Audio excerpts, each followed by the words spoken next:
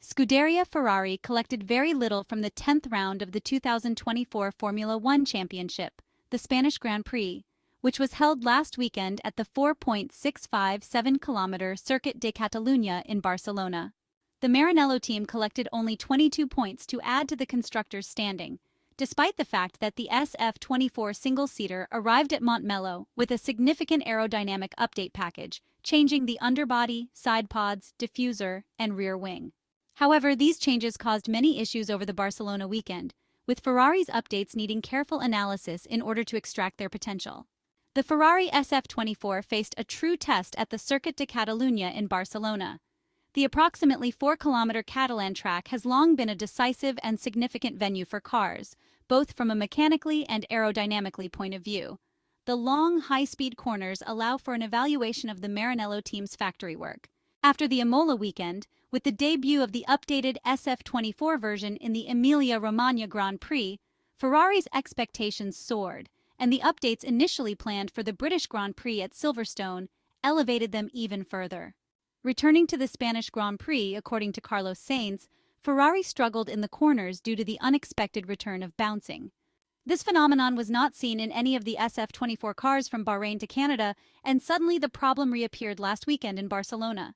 The most similar track in terms of characteristics is Suzuka, where Ferrari managed to maintain a stable platform without bouncing during the snake section. The return of this phenomenon could have two causes, one mechanical and the other aerodynamic. The aerodynamic work conducted by the team led by Diego Tondi, Ferrari's head of vehicle concept, produced an SF-24 single-seater that performed effectively on most circuits in the first half of the 2024 Formula One Championship. However, after the aerodynamic update introduced by the Maranello technicians in Spain, it seems that the second version may have caused a step backward for the Italian side, or perhaps not. Observing the data and degradation, there seems to indeed be a gain in downforce points after the updates to the underbody, sidepods, and diffuser. However, Ferrari was unable to harness the additional downforce during the Spanish weekend. If so, the SF-24's problem lies in the suspension setup, which might be too soft for the generated load. This explanation is supported by the difficulties both Charles Leclerc and Carlos Sainz faced in high-speed corners. Sections of the track where, besides efficient aerodynamics, support from the suspension system is crucial. Pushing the SF-24 to its limits might have reached the upper threshold of rigidity currently available on the car. This rigidity does not involve the rotary dampers, but the third mechanical element. This element manages the role and behavior of the car during direction changes, where maintaining a parallel position to the ground is crucial. This behavior is even more critical for the current generation of Formula One cars, where a millimeter imbalance between the right and left sides negates the aerodynamic seal of the underbody, triggering bouncing. Therefore, the problem seems to be caused by the suspension system, which may have reached the maximum rigidity limit of the third element.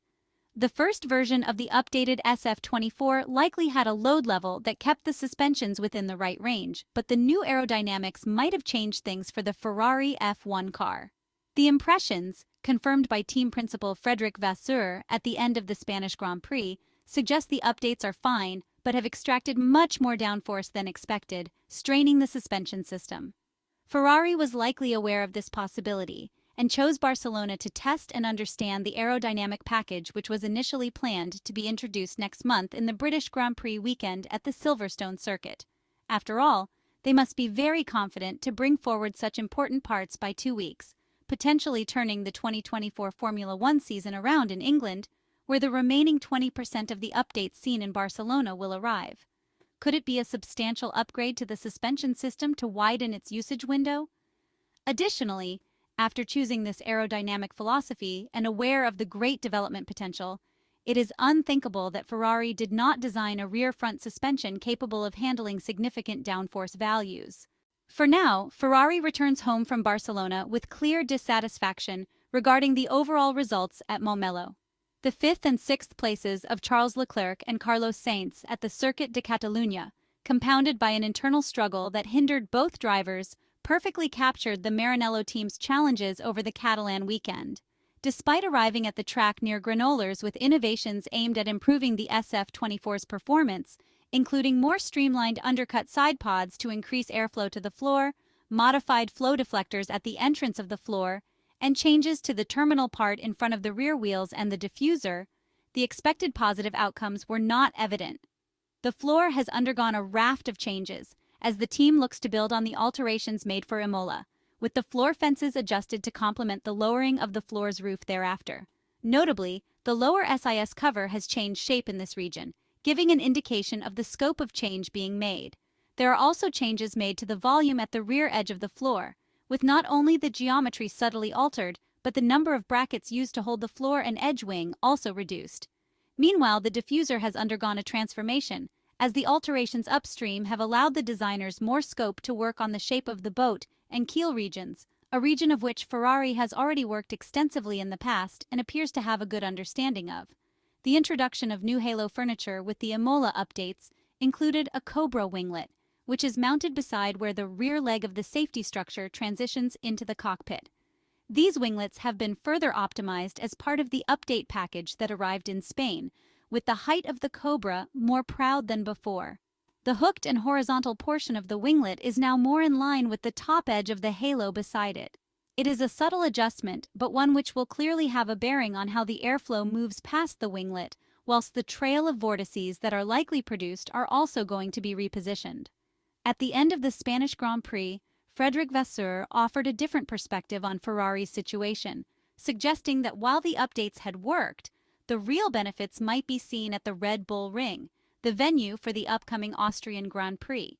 He noted that everyone is constantly improving, and although bringing new parts does not guarantee being ahead, failing to bring any ensures falling behind. The French manager emphasized that new parts are introduced every 2-3 races, often focusing on aerodynamics, but development extends beyond this area. It sometimes takes 1 or 2 races to fully exploit a new package, and over the last year there has been a convergence in performance linked to setup. He expressed confidence that the next race would see better use of the car, highlighting that improvements often become evident in the race following their debut. This trend has been observed across other teams as well, with evolutionary packages now being smaller compared to 2 years ago. If the updates were indeed successful, the main issue for the SF-24 in Barcelona seemed to be tire management during certain qualifying laps on Saturday, which made the weekend more challenging for Ferrari on a track where overtaking is not at all easy. Vasseur indicated that the crucial aspect in Barcelona was making good use of the tires, maintaining their potential throughout the lap in various corners. On Saturday, Ferrari fell short in this regard, losing around 0.2 to McLaren and Red Bull. Barcelona, with its 14 corners, showed that Ferrari didn't lose time uniformly. They were just over 0.1 per lap slower, closely matching Lando Norris for most of the lap.